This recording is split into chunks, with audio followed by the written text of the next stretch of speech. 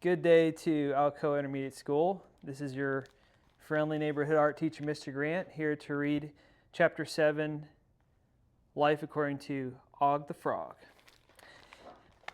Conflict and confusion. I'm floating on a log through the murky waters of the swamp. I hear the distant buzzing of bees and the gentle swaying of the cattails. The sunbeams warm my skin as I close my eyes. I feel the water lapping up and down beneath me. Up and down, up and... I open one eye and I see that I'm not in the swamp at all. I'm in Miss Brisbane's car and my tank is rocking up and down, up and down. I'm on my way back to school. Back to being a classroom pet, whatever that means. Once my tank is in place, some of the big tads arrive and come up to say hi. Did you have a fun weekend? AJ asks in that loud voice of his. I spent mine at Grandma's house. We made cookies. I think cookies are a tasty treat to humans, kind of like crickets are to frogs. There are no crickets chirping in the classroom today. It's a little too chilly for them. It's cold outside, Og. That's Tabitha, rubbing her arms as she speaks. Inside too. Too cold to stay on the playground. Well, bye. I'm glad Tabitha talks to me. But I wish she talked to the other students too. As Granny told us, you can't make a friend if you won't be a friend. As she and the others head to their desks, Humphrey darts to the side of his cage near my tank, and out comes a long stream of squeaks. Squeak, squeak, squeak, he says again and again. There's no use telling me something if I can't understand it, buddy, I tell him. Do you think he stopped squeaking? No, he does not. I don't boing again because it just seems to encourage him. Besides, it is cold in room 26, and when the temperature falls, cold-blooded creatures like me slow down. The tank is near the window, and it's getting chillier by the minute until I am about to doze off. And when it's cold outside, we frogs can sleep a long, long time, maybe even months. But I wake up quickly when I hear loud voices yelling. Or maybe I'm still asleep and this is a dream. Because everything in room 26 looks different. Instead of my friends sitting at tables that are neatly lined up, everything's been moved around. Usually the big tads read books or write on paper or listen to Miss Brisbane. Now they are gathered in small groups, fitting together puzzle pieces, playing games, and making things with paper and glue. But two students are shouting at each other. They are as loud as George and his bullfrog relatives. Instead of saying, "Brum, brum," one of them is screaming, "Cheater!" That is Gail yelling. The other student shouts, "Am not!" right back at her. That is Gail's best friend, Heidi. From what I hear, they might not be best friends anymore. Of course, my furry neighbor has to get in on the act. Squeak, squeak, squeak. One thing I learned back in the swamp is that when there's trouble, it's best to keep your mouth shut. Again, I quote Granny Greenleaf. When you poke your nose into other folks' arguments, you just might get bit. Ouch! Miss Brisbane quietly takes control. Girls, please. But they don't listen. Heidi and Gail are screaming at each other, cawing like angry crows. It's as bad as the famous battle of the bullfrogs. I'd almost forgotten what a terrible day that was. The more the girls squawk, the more Humphrey squeaks. Squeak, squeak, squeak, squeak, squeak, squeak, squeak.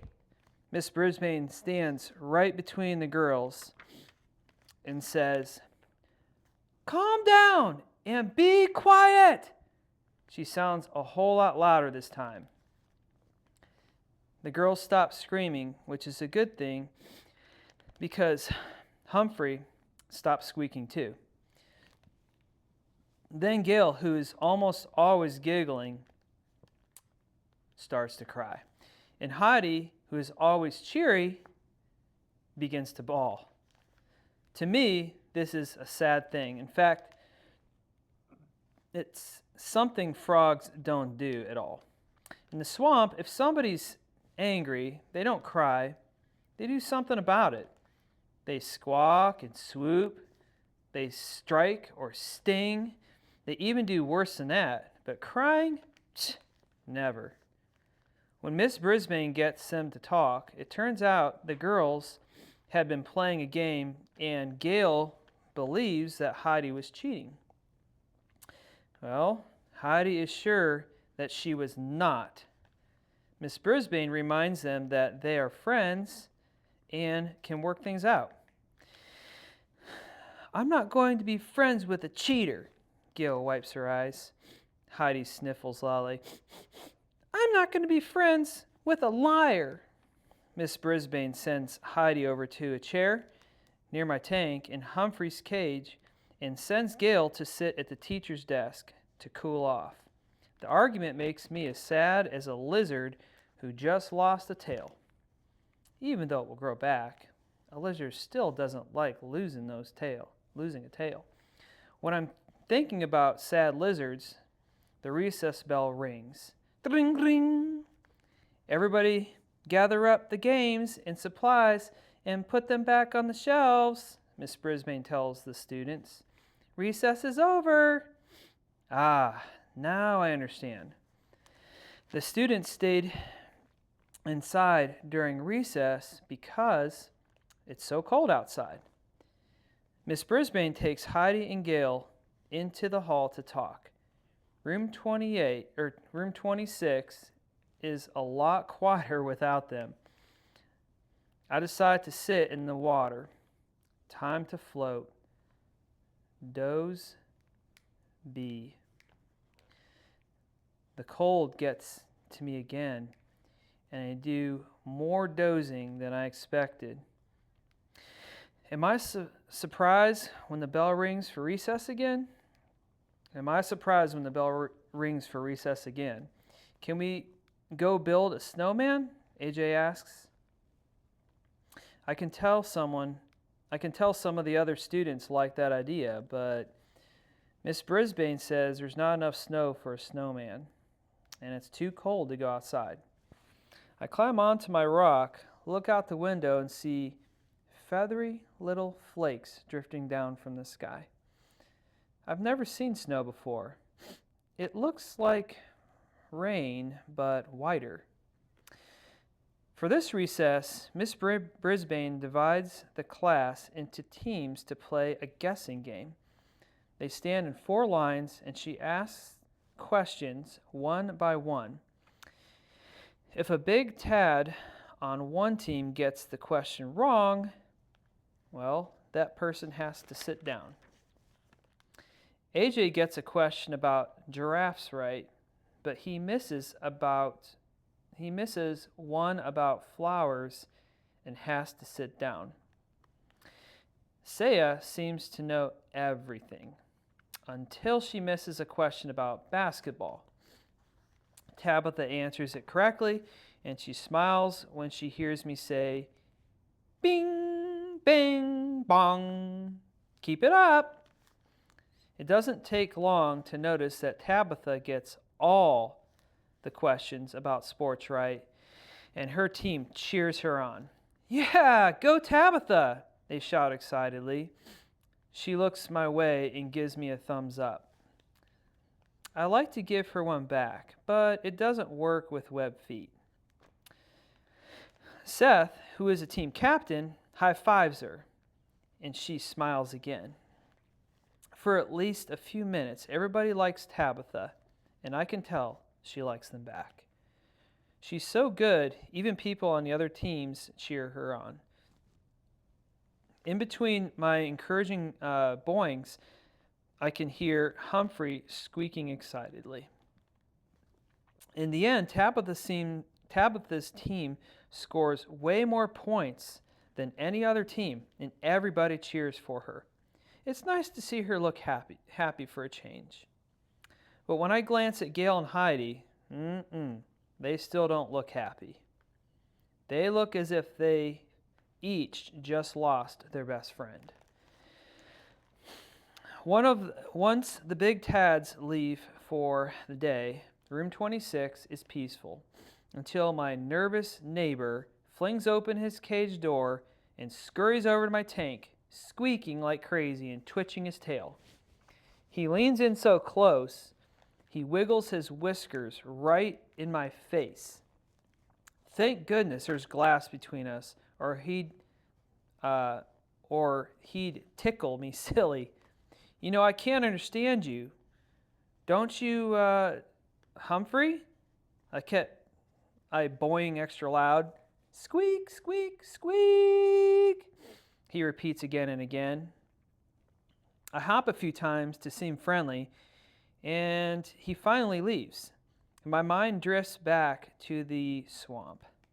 I had a lot of good friends there, especially my green froggy friends. There were some bad guys too, but at least I understood all of them. I'm still thinking of my old home when Aldo comes to clean. When he takes a break to eat, he pulls a chair up to Humphrey's cage, which that's fine with me. Humphrey squeaks on and on. Even though I'm not really listening, I hear Aldo talk about his dream of going back to school and becoming a teacher.